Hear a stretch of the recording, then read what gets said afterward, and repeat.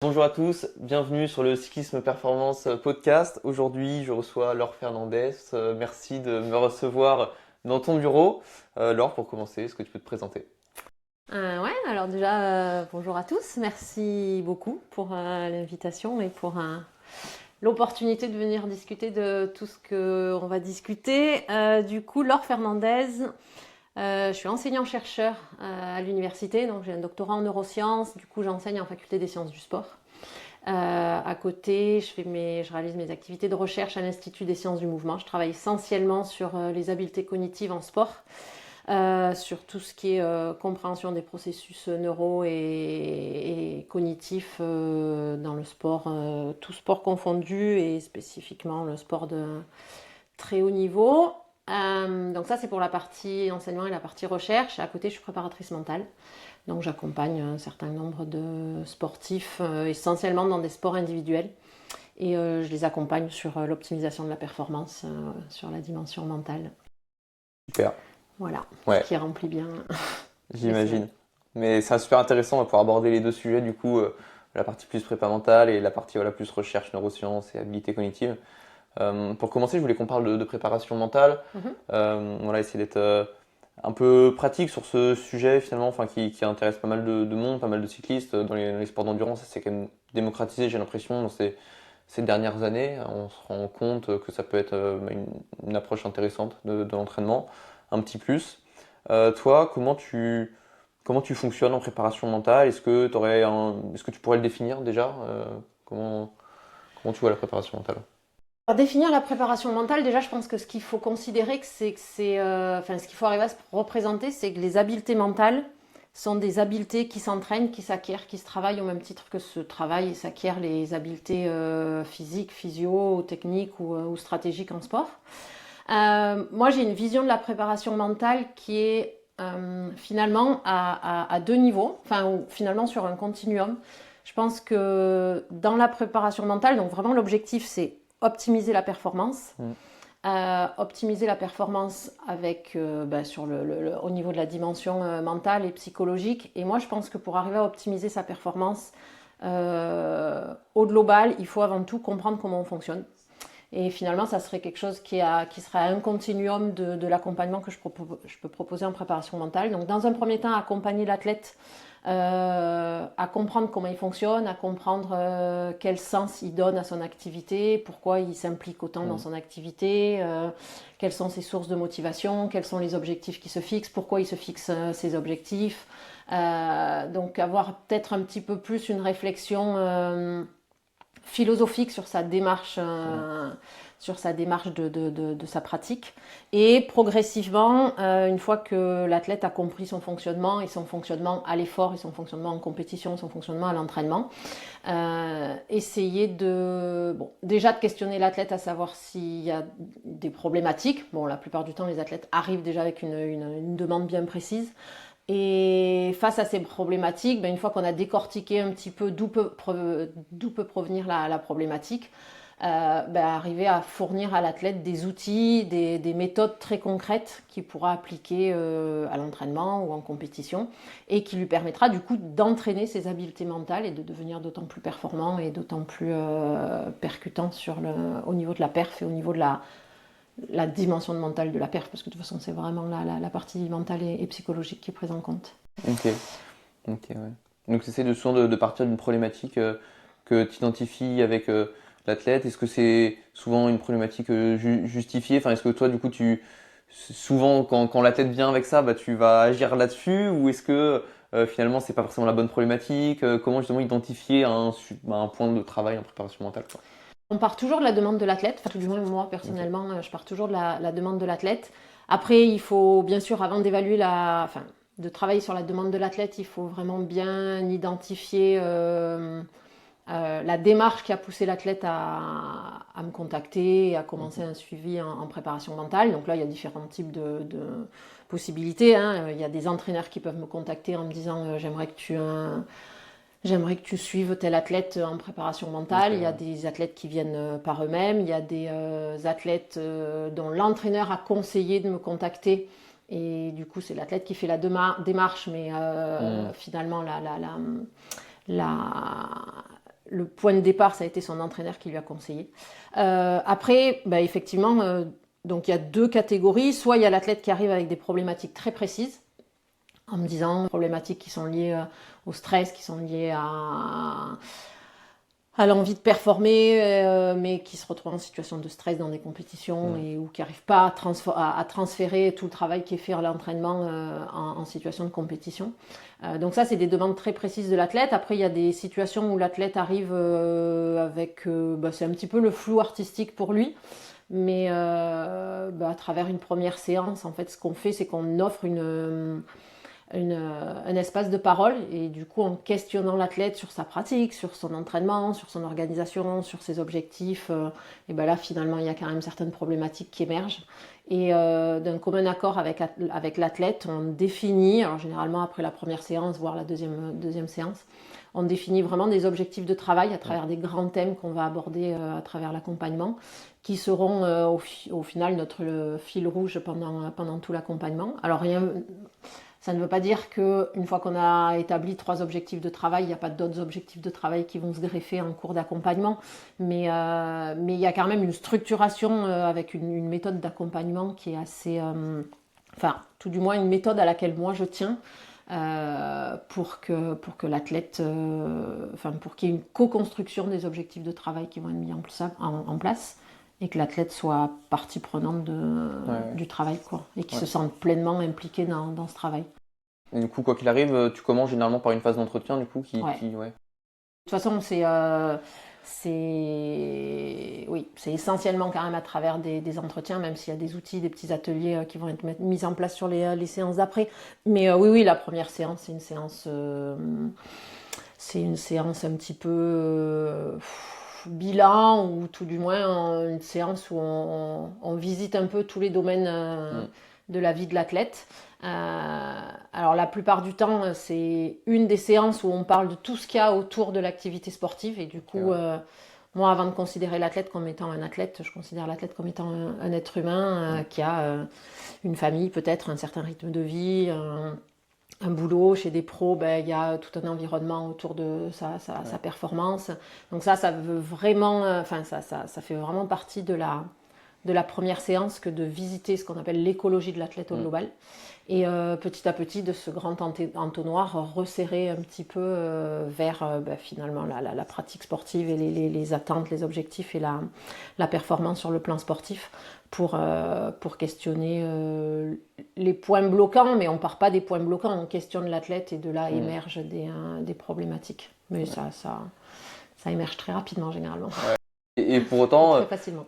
Seules, ces problématiques-là n'émergeraient pas forcément. Enfin, c'est compliqué de se poser les bonnes questions et puis même d'aller creuser soi-même sans...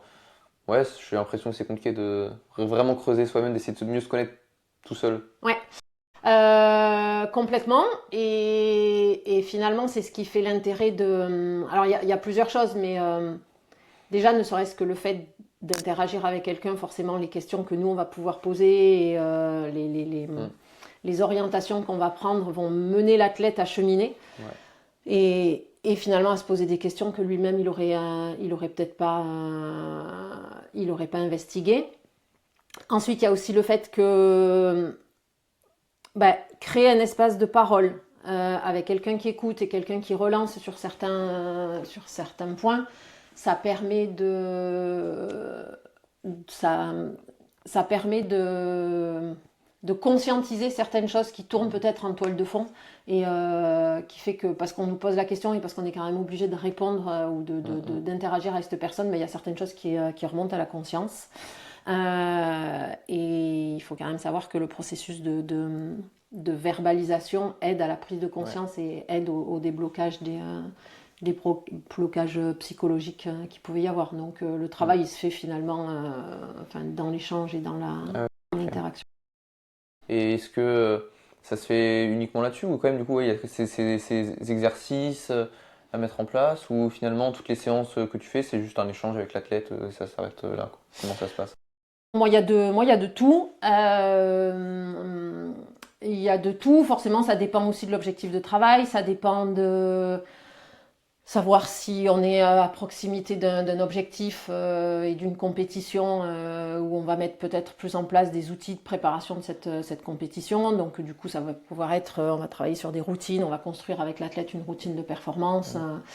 Voilà, ça peut dépendre donc pendant la saison hivernale ou pendant la saison de préparation, enfin pendant la période de préparation hivernale, on va pouvoir peut-être plus réfléchir sur quelles sont vraiment les motivations qui le poussent à aller s'entraîner, quels sont les objectifs qui se fixent, à quel niveau d'objectif il se fixe, pourquoi il se fixe tel objectif, pourquoi pendant une saison il a décidé de remettre le vélo en tête de liste de ses priorités.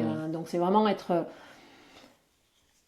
permettre à l'athlète d'être en confiance avec ses choix et d'être en confiance avec son implication dans son activité, et que finalement cette implication elle ait du sens pour lui, et qu'il se soit posé la question sur cette notion de sens. Et ensuite, ça va dépendre aussi. Alors moi, je fais peu d'interventions, hélas, parce que j'aimerais plus, mais il y a des séances qui peuvent se faire aussi, ce qu'on appelle la préparation mentale intégrée, donc sur le terrain, à côté de l'athlète. Ok. Et où cette fois-ci, on peut proposer peut-être des exercices. Alors moi, je travaille pas mal sur le côté recherche, sur tout ce qui est focalisation attentionnelle ou tout ce qui est entraînement cognitif. Ça peut être proposé par le préparateur mental qui va sur le terrain avec l'athlète et qui lui propose certains exercices, certaines situations. Voilà. Ça demande un petit peu d'aménagement, déjà parce que du coup il faut quand même fortement discuter, communiquer avec l'entraîneur, et il faut que ça soit, ça fasse partie intégrante du parcours d'entraînement et de la structuration de l'entraînement de l'athlète. Et voilà, et après c'est des séances à thème, c'est une autre organisation que j'adore, mais qui est peu commune, parce que la plupart des outils qu'on apprend dans les bouquins de préparation mentale, c'est des outils qui se transmettent en séance ou dans un cabinet. Ouais. Mais voilà. Bon, On peut aller aussi jusqu'à de la relaxation, des exercices de respiration, des exercices d'ancrage, de la visualisation, enfin de l'imagerie motrice sur laquelle on peut accompagner l'athlète. Je pense que ce qui est important de garder en tête, c'est que le préparateur mental, enfin tout du moins la posture du préparateur mental, pour moi, elle doit d'orienter l'athlète vers devenir autonome, et à aucun moment, enfin tout du moins c'est ma posture personnelle, à aucun moment j'ai pour objectif de faire en sorte que l'athlète devienne totalement dépendant de la préparation mentale ou du préparateur mental qui l'accompagne. Mais moi l'idée c'est de lui enseigner des outils, de lui le faire se questionner et progressivement de le rendre totalement autonome dans la gestion de la dimension mentale de sa perf. Okay, ouais. Et si je lui transmets des outils, forcément il va les expérimenter, il va s'entraîner, on va faire des retours dessus, mais au bout d'un moment, l'idée c'est qu'il soit autonome sur l'utilisation de ces outils. Ouais, puis même si en premier lieu ça l'a aussi aidé à mieux se connaître, finalement des fois ça peut, ça peut suffire quoi sur certaines problématiques. Ouais. Complètement. Après, ça dépend vraiment de l'athlète, de sa demande, de son envie de cheminer, de son envie de se questionner sur lui-même, de son envie de rester que sur des aspects très techniques de la dimension mentale, ou de rentrer un petit peu plus dans des dimensions psychologiques. Bon, même si la frontière psycho-mentale reste assez floue. Ouais, c'est clair. Sur l'aspect plus pratique, tu as parlé un peu tout à l'heure de fixation d'objectifs. Comment ça se passe quand on veut se fixer des objectifs? Est-ce qu'on sort une feuille blanche et on se dit voilà, on sait tout de suite qu'est-ce qu'on veut? Est-ce qu'il y a une méthode? Comment on fait? Alors la méthode de la page blanche, ça peut être une bonne méthode, mais qui est souvent, moi je pense qu'il peut effrayer. Non, il y a des méthodes, il y a des fiches. Alors ça, je pense qu'il y a plein de choses qui peuvent être trouvées sur Internet pour être autodidacte là-dessus. L'idée quand même, c'est de connaître un petit peu les 3 grands types d'objectifs qui existent, à savoir des objectifs de résultat, des objectifs de performance et des objectifs de maîtrise. Donc objectif de performance, ça veut dire ce week-end je montais sur la boîte, donc je veux clairement faire dans un top 5 ou un top 3. Un objectif de résultat, ça va être plus en termes Non, objectif de résultat, c'est des résultats top 5. Objectif de performance, ça va plus être à partir de chrono ou chez des cyclistes, ça va être je veux pouvoir rester pendant toute la course à 80% de ma PMA ou de puissance. donc voilà, puissance chez des athlètes qui courent, qui ont un objectif de 3 heures au marathon par exemple. L'objectif de performance, ça va être je veux faire mon marathon en 3 heures. Et à côté, il y a des objectifs de maîtrise qui sont finalement quels sont les objectifs que je me fixe par rapport à la maîtrise de ma performance. Donc ça va pouvoir être, je veux pouvoir être, ne pas stresser. Donc ça c'est un objectif de maîtrise. Okay. Je veux aborder la compétition sans stress. Je veux être attentif sur les points clés s'il y a une échappée qui part pour pas perdre l'échappée. Donc ça va être sur des objectifs de maintien de la concentration et de l'attention pendant le temps de la course. Je veux être relâché à l'approche d'une bosse parce que je sais que au niveau musculaire, j'ai quand même besoin d'un moment pour faire tourner les jambes avant d'aborder un col ou une difficulté. Donc c'est finalement tous les processus qu'on met en place pour réaliser une performance et qui sont des objectifs de maîtrise. Donc, une fois qu'on a identifié ces 3 types d'objectifs, moi je pense que ce qu'il est important, c'est de se fixer au moins des objectifs de 2 ordres dans une compétition. Pourquoi ? Simplement parce qu'avoir que des objectifs de performance ou des objectifs de résultat, si on ne fait pas le résultat ou si on ne fait pas la performance escomptée, derrière le processus de résilience est un peu plus compliqué. Donc là, ça fait place à la déception, place à la frustration et il faut le gérer après. Alors que si on a un objectif de perf et de résultat un objectif de perf ou de résultat et un objectif de maîtrise, les objectifs de maîtrise, parmi les différents objectifs de maîtrise qu'on se sera fixés, il y aura quand même toujours quelque chose qu'on aura réussi à cocher. Les objectifs, c'est super important à se fixer avant une course parce qu'à tout moment, s'il y a des pensées négatives qui arrivent ou s'il y a un décrochage, ou hop, on se raccroche sur les objectifs en se disant ok, je me suis fixé tel objectif, donc je reviens sur mon plan de course finalement et je reviens dans ma course alors que j'étais en train de partir un petit peu loin sur le plan mental. Par rapport aux méthodes et aux techniques de fixation d'objectifs que tu me demandais, le plus classique, qui est un outil qui est utilisé en coaching, qui est un outil qui est utilisé en psychoéducation, en réhabilitation psychosociale, enfin à tous les niveaux, c'est la méthode SMART. Donc SMART, pour un objectif, il doit être spécifique, mesurable, atteignable, réaliste et temporellement défini. Okay. Donc l'objectif, il faut que... si je veux gagner, 10% de puissance sur ma PMA que j'ai fait en début de saison, je me fixe fin février que j'ai atteint cet objectif. Du coup, il sera mesurable. Du coup, je ferai un test PMA et je pourrai voir la puissance max que j'ai sur un Wingate que j'ai obtenu, ce qui me permettra de valider en termes de mesure mon objectif ou pas. Il faut qu'il reste quand même atteignable dans le sens où toute petite, que je me fixe pas d'avoir la PMA de Mathilde Gros pour la fin de l'année parce que clairement c'est pas atteignable, que ça soit réaliste en termes de possibilités d'organisation et de réalisation de cet objectif. Et spécifique, ça veut dire qu'il faut qu'il soit quand même assez précis, quoi. Je peux pas me fixer comme objectif de progresser en vélo d'ici la fin de l'année, parce que ça c'est pas du tout spécifique, c'est beaucoup trop généraliste, c'est beaucoup trop vague.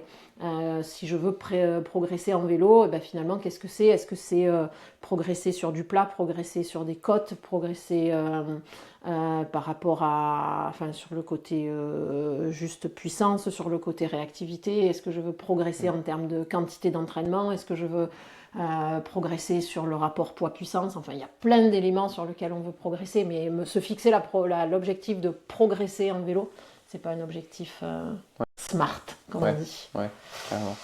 Et est-ce que, notamment les objectifs de performance et de résultats, est-ce que peut pas y avoir aussi une anxiété du coup qui se déclencherait par rapport à ça? Comment on la gère? Enfin, c'est quelque chose que moi je vois en tant qu'entraîneur c'est quasiment, c'est très souvent quoi, que soit par rapport à une compétition ou juste par rapport justement au processus d'entraînement où on se fixe une progression. Des fois c'est même pas verbalisé à l'entraîneur, c'est souvent comme ça des fois même où le coureur va me dire moi je voulais faire ça et que finalement il m'en a pas forcément parlé avant, on n'a pas bien communiqué là-dessus et que c'était peut-être pas quelque chose de réaliste. Ouais. Enfin bref, c'est un sujet qui est ouais, pas toujours évident. Ouais.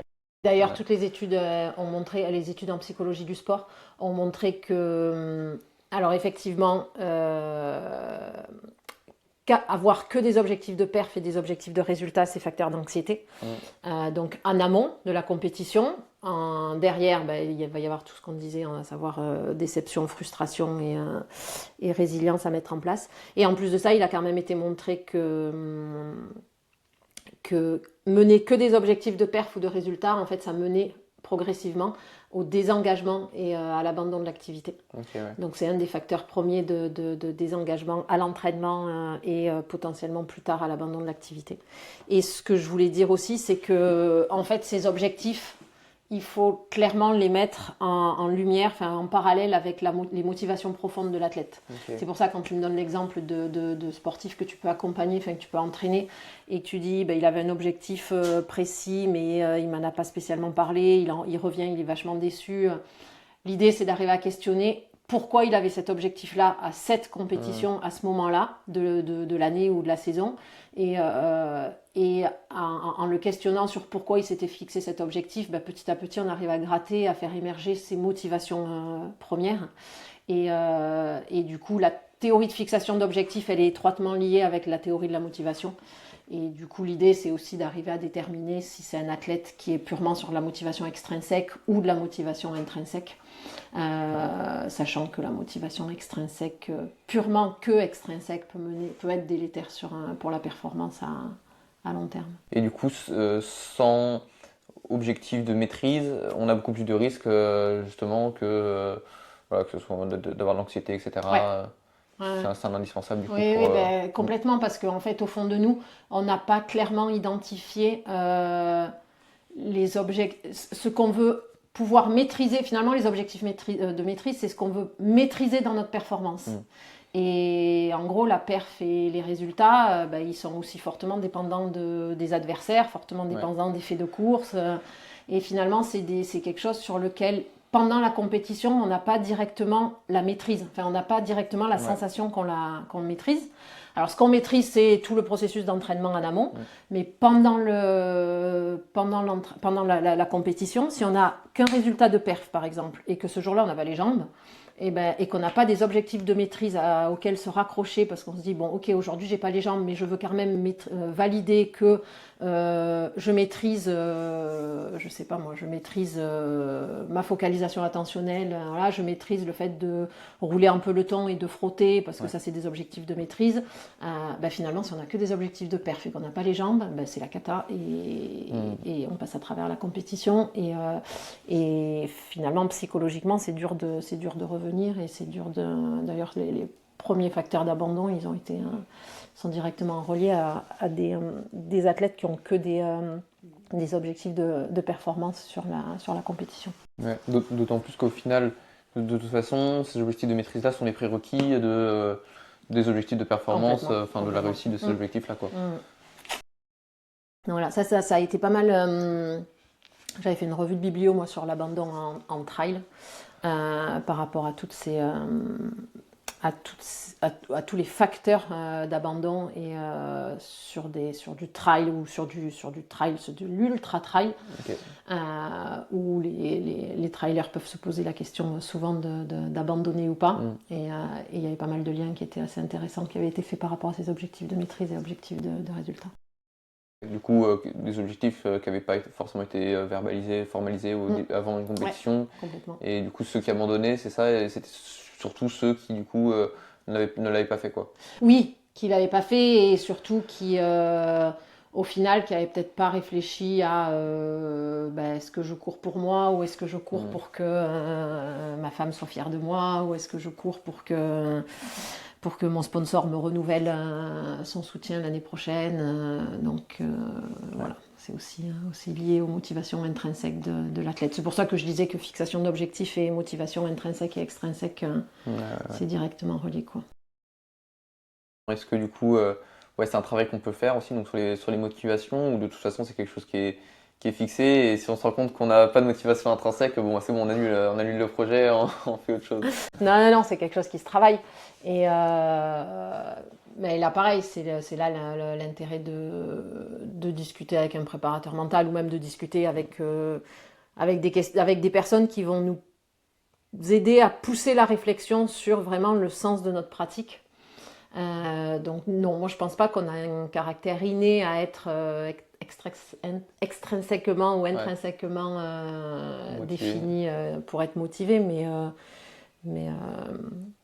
mais ça se travaille. Et du coup peut-être aussi que si les objectifs ils sont trop hauts, redescendre à un niveau d'objectif un peu plus facile ou un peu plus facilement atteignable, tout du moins, pour cocher certaines choses en termes de motivation. Et une fois qu'on a coché ces certains niveaux de motivation, à ce moment-là, s'autoriser à avoir des objectifs un peu plus ambitieux. Risque, mais prendre des risques, sachant que le socle de confiance en soi, d'estime de soi, a été solidifié en amont. Ce qu'on voit souvent dans la progression des cyclistes amateurs, et puis après d'abord en équipe Conti, et puis après en équipe pro. Bon, il faut s'assurer que le socle de connaissance de soi et de ses capacités de confiance et d'estime de soi ait été bien construit et bien solidifié. C'est clair, des fois on peut se laisser porter par le chemin de la performance sans forcément se remettre en question, enfin, se reposer les questions, etc. Puis, oui. Bon, après, dans le cyclisme, c'est aussi fortement corrélé à... finalement, ça reste un sport individuel dans une équipe. Donc, il y a toute une discussion sur le rôle qu'on va se voir attribuer dans l'équipe, sur le fait de peut-être être équipier pendant un temps et passer leader ou accepter accepter ce rôle de leader, et ce qui veut dire qu'en amont on a quand même travaillé sur les bases de la confiance, les bases de l'estime de soi. En plus c'est dur en vélo parce que c'est vrai que c'est un sport qui est quand même directement mesurable, même notre performance elle est réévaluée tout le temps quoi. À chaque compétition finalement notre place, voilà quoi, on est à notre place quoi. Et c'est vrai que par rapport à d'autres sports finalement, au sport collectif notamment, c'est vrai qu'il n'y en a pas du tout, c'est pas du tout la même évaluation de la performance quoi. Là on peut se remettre en question totalement d'une course à l'autre, faut toujours se reprouver entre guillemets ou, enfin voilà quoi, c'est compliqué quand même. Ouais. Même chaque entraînement presque parce qu'on a les données à chaque entraînement. Et c'est vrai que chaque entraînement on peut avoir envie de se dire mince. Ouais. Donc la forte dépendance à la data en vélo. Oui. Bon après on peut enfin je pense que là-dessus il y a tout à dire et son contraire. Moi je suis quand même. Moi j'essaye de temps en temps de suggérer une sortie sans compteur ou une sortie juste pour basculer de tout le focus qu'on peut mettre sur les datas, essayer de basculer ce focus sur autre chose, sur des sensations, sur des qu'est-ce qui nous passe par la tête, sur plein de choses. Mais oui, finalement, cette data, ça a quelque chose de rassurant. Pourquoi il y a cette addiction à la data et pourquoi on a du mal à s'en détacher alors que c'est aussi le premier truc qui nous permet de nous comparer aux autres. Mais parce que ça a un facteur rassurant sur le fait de nous montrer au niveau capacité physio où est-ce qu'on en est, quoi. Ouais, et puis maintenant on est bombardé aussi de data dans notre quotidien, dans notre sommeil, l'alimentation, tout. Ouais, une quantité de données qui peut fortement influencer, je pense, d'un point de vue mental, c'est pas évident à gérer pour tout le monde. J'ai l'impression que tout le monde, on n'a pas tous le même rapport et on n'arrive pas tous à bien vivre, à bien gérer ces données-là, quoi. Je sais pas si on peut parler de bonne gestion ou de mauvaise gestion de ces données. Moi, je pense que la question qu'il faut se poser, c'est ok, j'ai accès à toutes ces données. Si je les regarde, pourquoi je les regarde? Pourquoi j'en ai besoin? Pourquoi je m'en sers? Et essayer de déterminer à quel niveau je deviens dépendant de ces données. Et cette dépendance aux données, qu'est-ce qu'elle entraîne chez moi? Si c'est le matin, la première chose que je regarde, c'est combien de temps j'ai passé en sommeil lent, en sommeil profond ou en sommeil paradoxal, et que c'est en fonction de ça que je sais que je vais être bien sur le vélo ou pas. finalement, il y a quand même un petit biais d'induction et on laisse plus du tout la place aux sensations, ou même le HRV qui est extrêmement utile. Alors je dis pas, enfin, qui est extrêmement utile en termes Ouais. de programmation de l'entraînement. Moi, j'ai toujours ce truc de demander à l'athlète, ok, bon, bah, là, t'es parti en connaissant ton score HRV. S'il est pas bon, bah, t'es parti en te disant, putain, la séance, elle va être merdique, je vais en chier. Pardon, je vais souffrir. Mais finalement, si t'avais pas eu de ce score HRV, dans quel état d'esprit t'aurais abordé la séance? Et voilà, c'est toujours la question de savoir, ok, maintenant que j'ai la donnée, qu'est-ce que j'en fais et pourquoi j'en ai besoin et quelle place je lui laisse avoir dans mon quotidien et dans ma structuration de l'entraînement. Est-ce que du coup, il faut savoir se dire stop si jamais on sent que ça nous perturbe trop? Qu'est-ce qu'on fait? Est-ce qu'on l'évite complètement ou on travaille dessus pour justement euh, quand même continuer à avoir ces données-là, mais peut-être changer son rapport aux données? Alors moi, la loi du tout ou rien, j'y suis pas spécialement favorable Ouais, parce que si on a tout et puis d'un coup on enlève tout, je pense que non, je pense qu'il va y avoir frustration et déstabilisation. Euh, Moi, je pense que la première chose, c'est peut-être essayer de changer la fréquence à laquelle on a accès à cette donnée et ok. peut-être aussi changer la temporalité et de temps en temps accepter de pas regarder son score HRV avant la séance et se laisser la possibilité de faire la séance et en revenant noter ses sensations déjà. Et une fois qu'on a noté ses sensations, se dire bon ben maintenant que j'ai noté mes sensations parce que du coup j'ai été vraiment à l'écoute de ces sensations pendant la séance, et ben je la compare avec le score HRV que j'ai eu ce matin. Et du coup ça peut quand même mener à un apprentissage d'écoute des sensations et non pas de se coller à la donnée quoi. Ouais, Donc il y a en termes fréquentiels, il y a en termes temporalité d'accès à la donnée.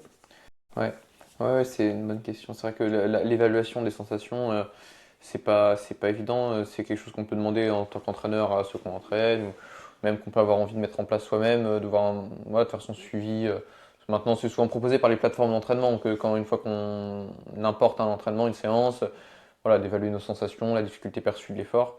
Et, euh, Ouais. et ouais, les sensations, bah, du coup, est-ce qu'on aurait les mêmes réponses si on enlevait toutes les données de puissance, de fréquence cardiaque? Est-ce que l'athlète nous donnerait la même réponse de sensation? Je pense que ouais, il y aurait des grosses enfin, différences, quoi. Bon, et alors moi j'apporte une petite précision à ce que tu dis. Le RPE, Ouais, c'est pas une écoute des sensations. ouais, ouais, C'est je vraiment sais. c'est ça. Et du coup à compléter par ouais, une analyse plus fine des sensations. Mm. J'avais mal aux jambes. Ok, qu'est-ce que c'est pour toi avoir mal aux jambes et, euh, et voilà, moi souvent je propose enfin, ou j'adorerais proposer parce que c'est difficile à mettre en place, mais de faire une séance à un cycliste ou même à un coureur à pied, sans aucun feedback, sans aucun retour sur son. Donc on vire le compteur, on vire le. Et à la fin de chaque séance où il y a un certain pourcentage de PMA à respecter, et ben à la fin de chaque répète ou de chaque bloc, lui demander quelle puissance il pense avoir fourni, avoir produit. Et ensuite, lui montrer la réelle valeur. Ouais, Et là, on est dans l'apprentissage de, des sensations et aussi d'évaluation personnelle de sa performance.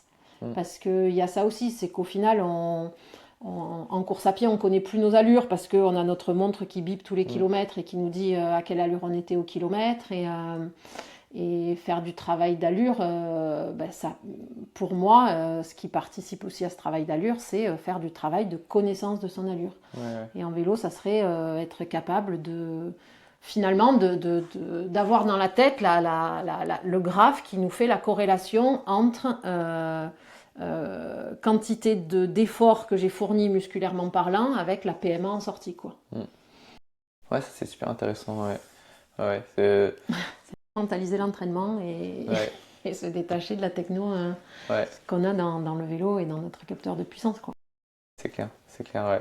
Et ça me fait penser aussi, voilà, donc quand on parle de toutes ces données, on est aussi inondé d'informations sur Internet. Voilà, je sais que j'en participe, on partage, voilà, on va parler d'entraînement cognitif aussi, on parle de plein de choses.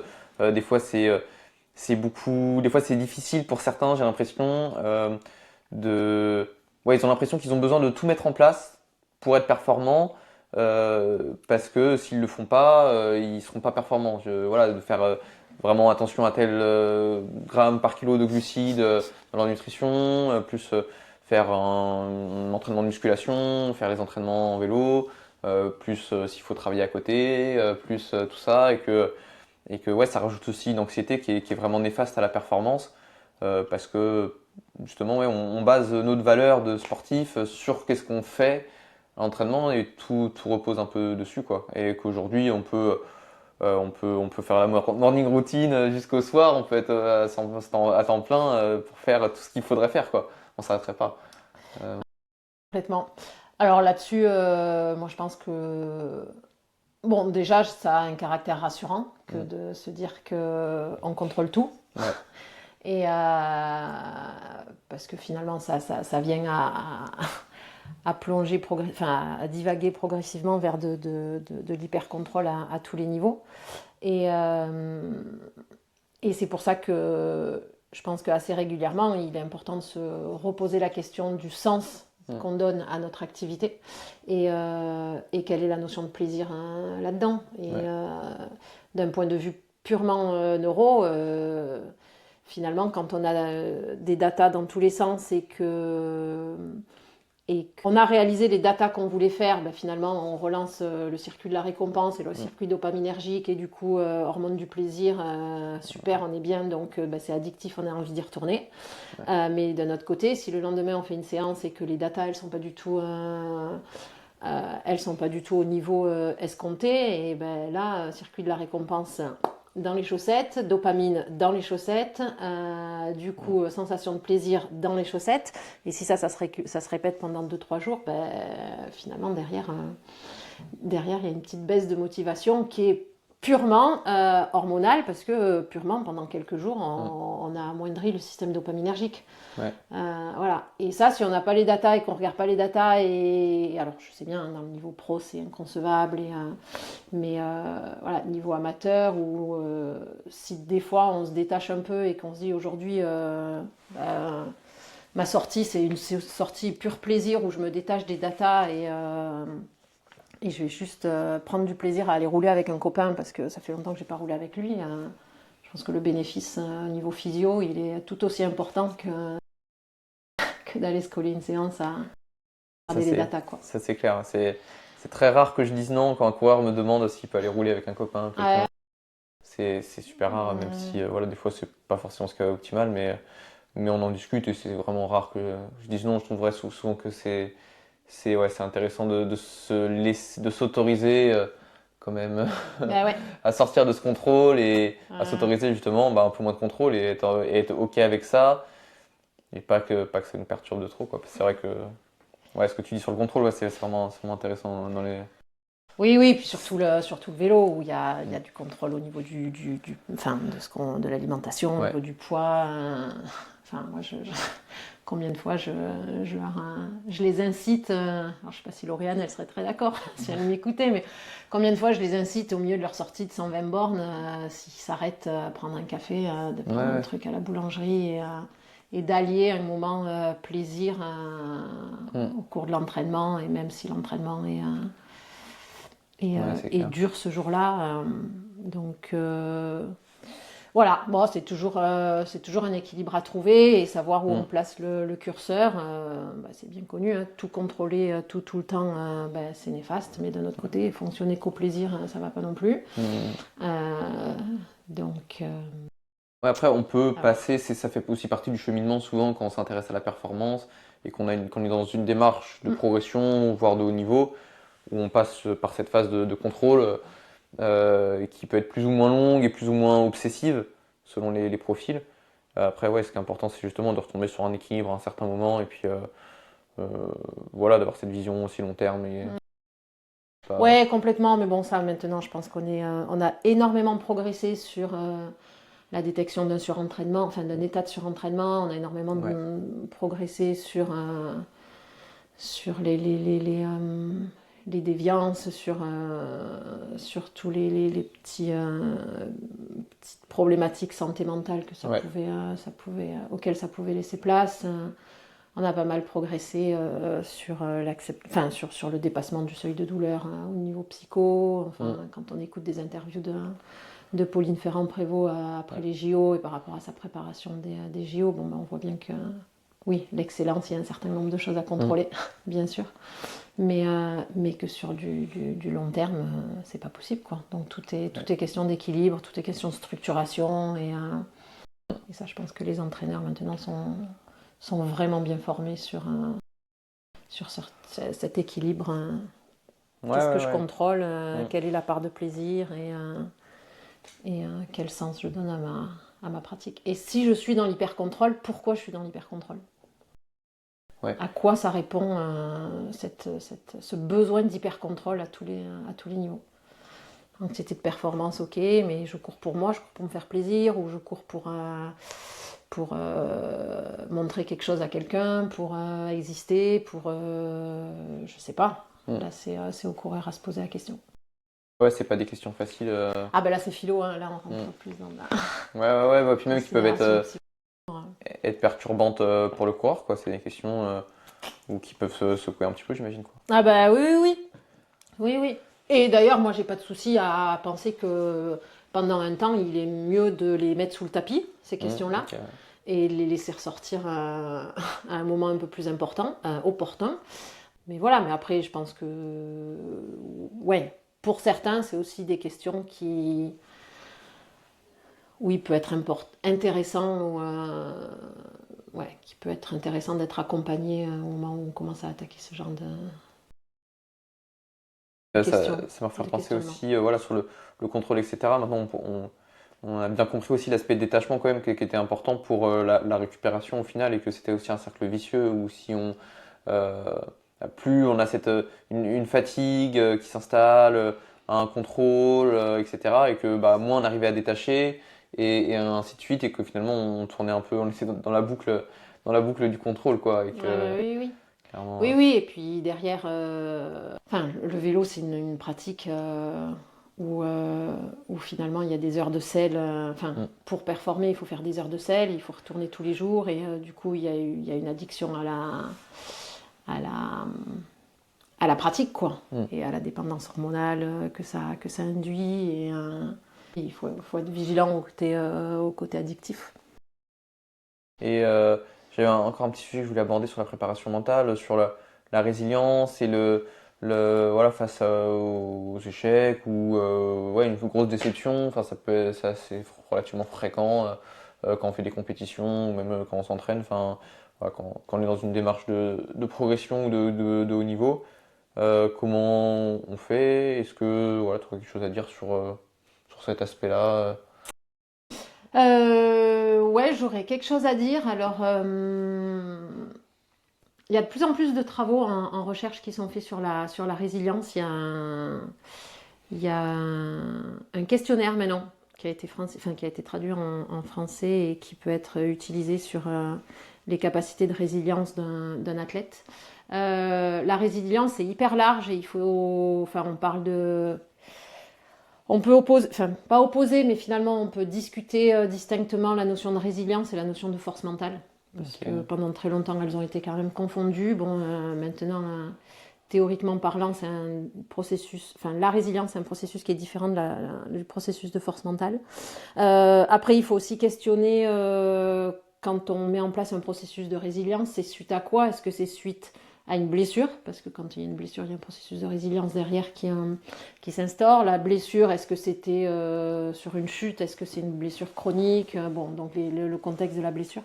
Mais il y a aussi de la résilience qui s'instaure qui se met en place par rapport à un échec. Et là, entre guillemets, parce que est-ce que c'est un échec par rapport à un objectif qu'on s'était fixé mais qui était un objectif non atteignable? Est-ce que c'est un échec perso parce qu'on a investi énormément de temps, énormément d'argent dans cet objectif et qu'on ne l'a pas atteint? Donc il faut quand même revenir au contexte et au déclencheur de l'élément qui derrière nous a poussé enfin, à avoir un processus de résilience pour rebondir après cette situation. Et il n'y a pas forcément résilience qu'après un échec, quoi. Et finalement, dans le processus de résilience, c'est quelque chose qui se discute, c'est quelque chose qui se questionne. L'idée, c'est de comprendre. La résilience, c'est plusieurs étapes, hein. D'abord, on passe par. Enfin, ça peut être assimilable aux étapes qu'on passe après un deuil ou après quelque chose de difficile. Donc, d'abord, il y a le déni, puis après, il y a la colère, puis la non-acceptation, et puis finalement on rentre dans l'acceptation. Et bon, donc c'est ces différentes étapes qui s'apparentent à la roue du changement. Et mon truc, c'était de dire, j'ai perdu là où je voulais en venir. Oui, le truc, c'est de dire que dans le processus de résilience, la première chose, c'est de questionner qu'est-ce qui s'est passé, pourquoi ça s'est passé et pourquoi j'ai réagi à ce niveau-là, à ce qui s'est passé. Et finalement, comment je m'en sers maintenant pour rebondir. Qu'est-ce que ça m'a appris? Tout processus de résilience permet d'apprendre certaines choses sur soi, certaines capacités à rebondir, certaines capacités à considérer quelque chose différemment, certaines capacités à finalement peut-être se rendre compte qu'on contrôlait tout alors que la performance, il y a un certain nombre de facteurs qui sont incontrôlables. Voilà, donc ce processus de résilience, je pense qu'il faut s'en servir pour apprendre certaines choses sur nous et faire que quand on repart, c'est vraiment l'idée de la résilience, hein, quand on repart plus fort finalement que ce qu'on était avant de rencontrer cette phase difficile ou cette contre-perf ou cette blessure. Donc, il faut repartir sur l'aspect vraiment apprentissage et je projetais ensuite sur. Pour apprendre, il faut vraiment avoir décortiqué pourquoi ça s'est passé, pourquoi j'ai réagi comme ça, pourquoi ça m'a autant impacté, à quel niveau ça m'a impacté, est-ce que ça a impacté que moi, est-ce que ça a impacté la famille, est-ce que ça a impacté que ma sphère boulot, que ma sphère sportive, est-ce que ça a déteint sur ma sphère professionnelle, enfin c'est une grosse analyse globale et qui permet de déchiffrer chaque point du facteur d'échec qui mène à la résilience derrière. Ok, c'est super intéressant. On va passer un peu sur la partie habilité cognitive, du coup, parler d'entraînement cognitif, etc.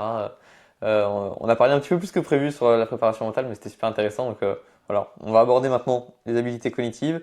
Qu'est-ce que c'est? Comment tu pourrais définir cette partie neurosciences rapidement? Ok, alors, c'est un truc sur lequel... alors, je vais y passer un petit peu de temps, mais je pense que c'est important de...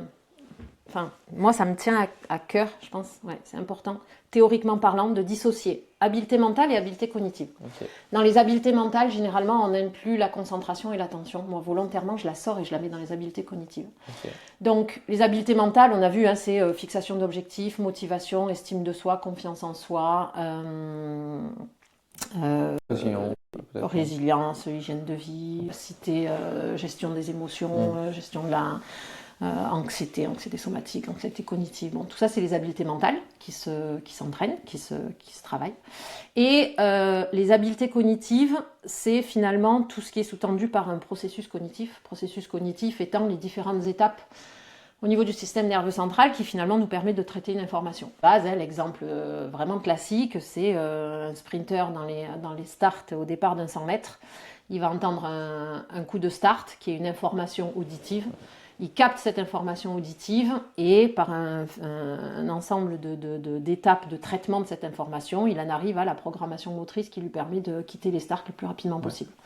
Donc, ce qui est coincé entre le déclenchement du starter et le fait qu'il quitte les starts, c'est ce qu'on appelle un temps de réaction. Et c'est pendant toute cette période que finalement, il va y avoir des opérations mentales qui se réalisent au niveau du cerveau, du système nerveux central, et qui nous permettent d'avoir une action ou un mouvement en lien avec le déclencheur qu'il y a eu en amont. Les habiletés cognitives, finalement, les processus cognitifs, ce sont toutes ces capacités et tous ces processus qui sont imbriqués pour traiter une information.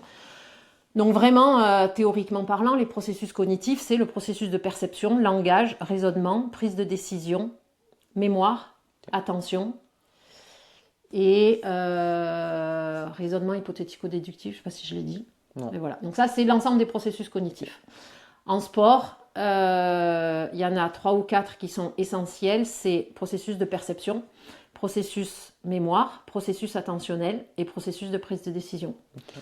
Et finalement, ces processus, ils sont quasiment tous utilisés. Alors, ils se déclinent chacun, hein, les fonctions exécutives rentrant à l'intérieur. Mais bon, pour rester vraiment très, très global, ces 4 processus un peu clés, ils se mettent en place quasiment systématiquement dans toute situation sportive avant de produire un mouvement ou en cours de production de mouvement. Et la plupart du temps, nos capacités cognitives impactent directement la performance. Donc au meilleur, on est sur le plan cognitif, au meilleur, on sera sur le niveau de la performance. Donc si on considère la performance au centre d'un triptyque, ben finalement, on a différents types de facteurs de performance. Il y a les facteurs mentaux, on les a vus. Il y a les facteurs physiologiques, il y a les facteurs stratégiques ou tactiques qu'on va pouvoir avoir, et il y a les facteurs cognitifs. Et dedans, on va pouvoir travailler, en foot, par exemple, ils vont travailler la prise de décision, mais qui va pouvoir travailler aussi en vélo quand on prend la décision de partir, de sortir d'un peloton, quand on prend la décision d'aller chercher les échappées ou quand il y a des décisions qui sont prises en cours de route, en course. Le processus d'attention, il est présent à chaque fois parce qu'il faut un certain niveau d'attention sur la tâche. Le processus de perception, il est aussi systématiquement présent parce qu'il y a certaines informations qu'il va falloir qu'on traite et il y a certaines informations qui sont des informations parasites ou qui sont des distracteurs et qu'il ne va pas falloir traiter, justement. Ouais. Et le processus de mémoire, forcément, il est clairement en lien parce que c'est toutes les connaissances qu'on a en mémoire sur lesquelles on s'appuie pour pouvoir réagir à chaque situation à laquelle on fait face. Okay. Et tout ça, ça façonne un petit peu notre capacité d'adaptation à chaque situation rencontrée en sport et qui nous permet d'optimiser notre réponse à chaque situation en sport. Bon, alors on a une petite mésaventure sur ce podcast. On va reprendre du coup... Donc voilà, tu venais de définir un peu ce qu'étaient les habiletés cognitives et voilà, c'est quelque chose, on s'en rend compte d'un point de vue très empirique sur le terrain où voilà, on arrive à percevoir qu'il y a des différences entre les cyclistes, ceux qui ont un profil physiologique pourtant très similaire, qui vont performer différemment parce qu'ils vont pas prendre les mêmes décisions, ils vont fatiguer différemment au fil des courses, ils vont être placés différemment. Voilà, on voit qu'il y a des vraies différences qu'on peut relier à l'expérience. Voilà, se dire ceux qui sont plus expérimentés, ils arrivent à sentir la course, ils ont de meilleures intuitions, ils vont être mieux placés au meilleur endroit, prendre les meilleures décisions, etc. Donc on le voit vraiment et pour autant on ne le mesure pas, ces habilités cognitives-là, on n'agit pas forcément dessus, on n'essaye pas de les entraîner. En tout cas, à ma connaissance, j'ai jamais trop entendu ça dans le vélo. Qu'est-ce qu'on peut faire du coup pour ces habiletés cognitives? Est-ce que voilà, ça s'entraîne? Est-ce que ça se teste, etc. Ça s'entraîne, oui, ça se teste. C'est quand même plus difficile de les tester parce qu'il n'y a pas la possibilité de les mesurer sur le terrain comme on est capable de mesurer la puissance grâce à un capteur de puissance.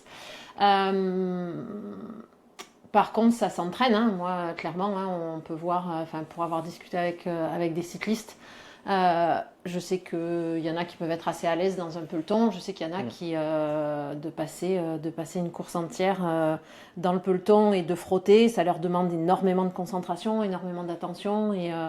Et au bout d'un moment, ils sont fatigués et clairement, ça se répercute sur leur capacité physiologique et ils sont plus aussi offensifs. Donc ça, c'est pour la capacité d'attention, la capacité à traiter plusieurs types d'informations en même temps tout en étant en train de réaliser un effort max. C'est aussi quelque chose qui s'entraîne. Au plus on sera entraîné à essayer de surveiller tout ce qui se passe autour de nous, traiter l'information des consignes du DS qu'on reçoit dans l'oreillette, tout en se rappelant le plan de course qui avait été programmé, tout en se rappelant la prochaine difficulté, ça demande de jongler quand même entre plusieurs informations tout en étant encore une fois en train de réaliser un exercice physiologique max. Donc ça, c'est encore autre chose qui peut être travaillé, prendre une décision, et là je ne parle pas de tout ce qui est arrivé en sprint.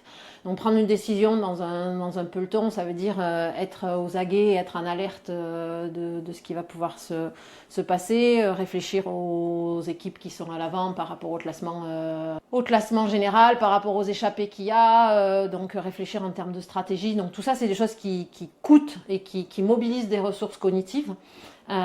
Qui dit ressources cognitives mobilisées dit forcément moins de ressources cognitives et physiologiques aussi à allouer à l'effort, parce qu'encore une fois, ressources cognitives et ressources physiologiques, c'est vraiment très imbriqué. Et par rapport à l'arrivée en sprint, prendre la décision de quand déclencher, partir à droite, partir à gauche, se positionner, lancer le sprint. Donc tout ça, c'est extrêmement important, extrêmement intéressant, et ça s'entraîne. Ça s'entraîne.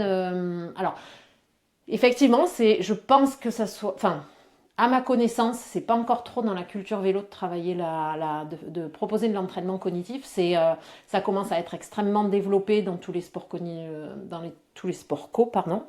Moi, j'interviens quand même avec pas mal de fédés qui progressivement mettent en place des protocoles d'entraînement cognitif assez structurés. Alors, l'idée, c'est dans un premier temps, de se poser la question de quel processus cognitif je veux entraîner et pourquoi. Donc, il faut clairement que ça ait un lien avec la logique interne de l'activité.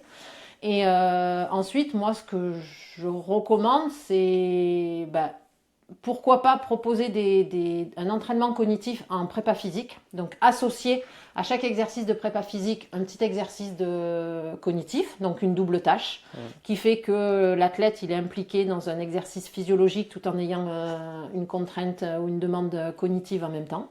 Donc le protocole de double tâche, ça marche super bien. En vélo, vous avez la possibilité de vous entraîner énormément sur home trainer, donc ça offre une pluralité, une diversité de possibilités pour mettre en place de l'entraînement cognitif. Et même sur le terrain, moi je dirais mettre en place des situations où on travaille la réactivité de l'athlète, où on lui donne des signaux dans l'oreillette où il doit réagir le plus vite possible, on lui donne des signaux contradictoires, on lui demande de mettre en place des situations d'inhibition. Il est parti pour quelque chose et puis d'un coup dans l'oreillette on lui donne une autre indication, donc finalement il doit inhiber le comportement, le mouvement initial et repartir sur autre chose. Bref, autant de situations.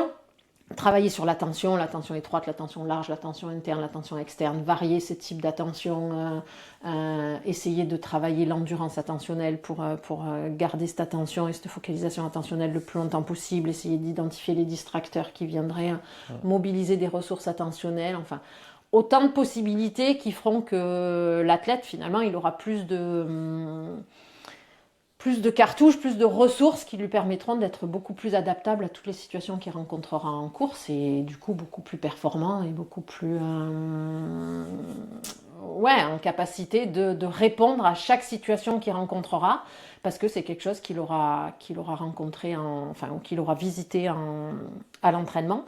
Et en plus de ça, parce que du coup, toute situation qui est coûteuse au niveau cognitif impacte forcément le côté physiologique.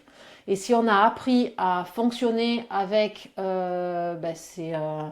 des exercices avec un coût cognitif et un coût physiologique, finalement, on sera d'autant plus performant sur le plan physiologique, parce que le coût cognitif aura moins de conséquences néfastes sur les ressources énergétiques qu'on a allouées à la performance en situation de course. Ouais. Okay. Je ne sais pas si je suis très claire, je pense que j'ai été un peu longue sur le truc. Mais pour du coup rebondir sur les derniers aspects que tu as abordés, c'est qu'au final, c'est pas seulement, on va pas forcément être meilleur seulement d'un point de vue cognitif, c'est qu'en plus de ça, le fait de réduire cette charge cognitive-là va nous permettre d'être aussi meilleur physiologiquement. Exactement. Ou tout du moins, c'est être capable de traiter, ou d'agir au niveau de la performance, d'agir sur plusieurs niveaux en même temps, sans que pour autant agir sur le niveau cognitif vienne impacter ou dégrader le niveau physiologique. Donc, les deux sont liés et inversement sont aussi. imbriqués maintenant, l'aspect nutrition qui est très développé dans le vélo, on imagine que forcément ça a un impact sur l'aspect cognitif aussi. Si complètement. on a une Alors disponibilité en glucose ouais. qui est maximisée par rapport à un état de stress où on a plus de, enfin, sachant que le cerveau est dépendant du glucose, etc. Enfin, ça doit, Oui, oui. j'imagine, avoir un impact. Oui, oui, complètement, comme les dernières études qui ont été faites sur la caféine et l'effet sur le niveau d'éveil, le niveau d'activation Ouais. cognitif grâce à la caféine. Donc tout est imbriqué. De la même façon que on parlait tout à l'heure de la gestion du stress et de travailler en préparation mentale avec des outils qui nous permettent de gérer le stress. Le stress et l'anxiété cognitive, c'est clairement quelque chose qui a été montré qui réduit notre champ attentionnel, donc qui réduit nos ressources attentionnelles.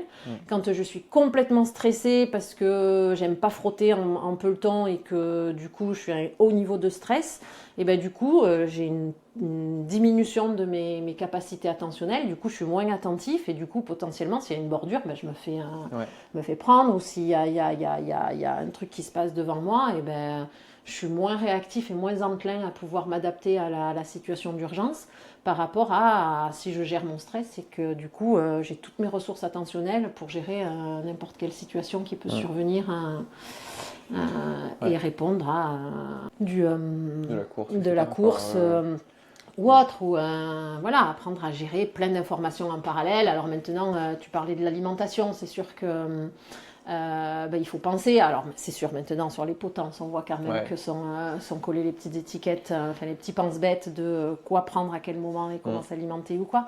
Mais c'est autant d'informations qu'il faut, sur lesquelles il faut rester lucide parce que si on rate un ravitaillement, Ah, mais c'est clair, potentiellement ouais. sur le plan physio un petit peu plus tard. Ouais.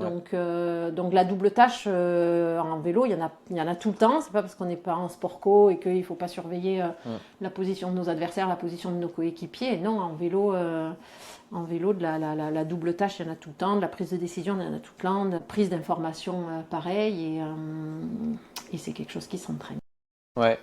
Ouais. Et qui est aussi pas, du coup, pas dissociable de tout le reste. Finalement, Ouais. c'est un tout, voilà, l'aspect physio, Euh, psycho, oui, oui. tout est un peu lié. Ouais, Ouais, c'est ouais. trop intéressant Et de c'est voir les choses comme l'avantage ça, ouais. aussi, c'est que, alors moi je suis pas trop pour l'entraînement Ouais. tubularisé, mais finalement avec le home trainer, encore une fois, c'est vraiment une chance de pouvoir faire de Et l'entraînement ouais. cognitif sur l'entraîneur. Mm. Voilà, Ouais. encore une fois, par contre, il faut réfléchir en termes de qu'est-ce qu'on veut entraîner, pourquoi on l'entraîne, quels sont les exercices qu'on met en place pour entraîner ce Mm. processus cognitif qu'on a déterminé comme étant important dans notre performance, et quelle est la structuration de l'entraînement cognitif au sein de la structuration de l'entraînement physio, quoi. Ouais. Et, euh, et là, il n'y a pas d'études. Pour l'instant, on n'a pas dit qu'il Ça, faut faire 80-20 ouais. ou pas du tout. Mais par contre, de notre côté, on ne peut pas proposer quelque chose à notre cycliste, enfin à l'athlète qu'on accompagne et qui nous dise quand il descend de son entraîneur, qui nous disent mentalement, je suis cramé, j'ai oublié je sais pas, moi j'ai oublié de m'alimenter sur la Mm. dernière série parce que mentalement, Ouais. la tâche que tu m'as proposée, elle était trop coûteuse, quoi. Elle a tout pris. Elle a tout pris, elle a tout Ouais. pris. Et Ouais. encore plus si c'est un cycliste qui a une activité professionnelle à côté et qui Mm. doit enchaîner sur sa séance, sur sa semaine, sur sa journée de boulot. Ça, de toute façon, je pense qu'ils l'ont tous remarqué, hein, ceux qui ont fait des grosses journées de travail, parfois, ils sentent bien que ça impacte leur capacité physiologique, clairement, directement, quoi.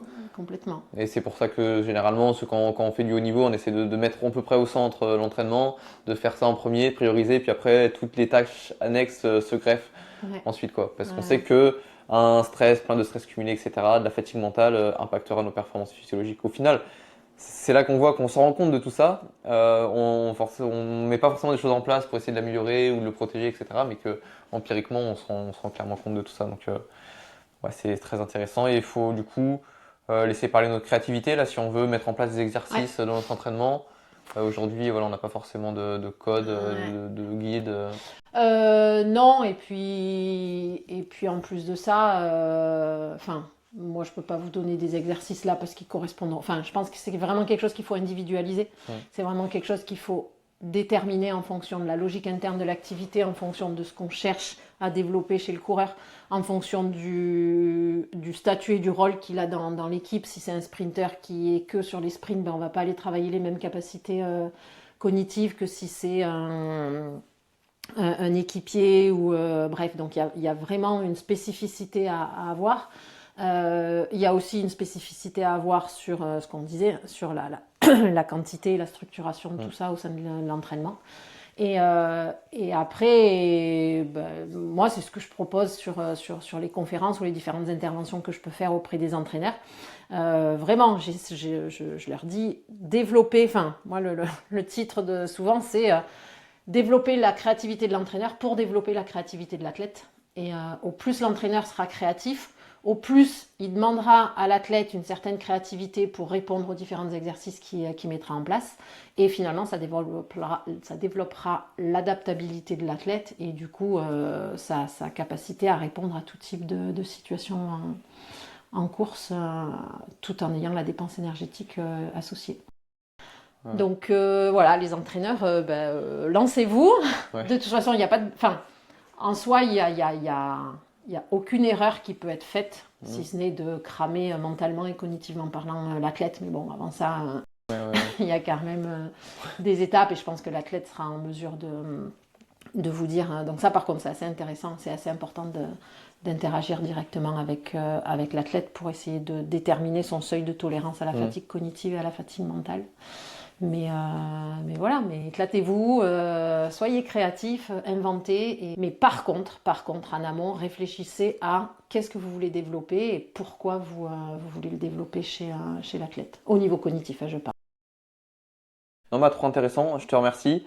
Voilà, vous pourrez nous dire en commentaire si ça vous a plu, si ça vous a intéressé. Et puis on fera peut-être un autre podcast pour parler seulement de ce sujet-là, parce qu'en fait, il y a beaucoup de choses à dire, je pense. Donc c'est trop intéressant. Voilà, je te remercie encore. Et puis du coup, peut-être à une prochaine, ou peut-être qu'on pourra te recevoir sur Cyclist Performance autrement, peut-être sur un format formation ou article sur ce sujet-là aussi, ça pourrait être cool, je pense. Donc, donc voilà, je lance la perche.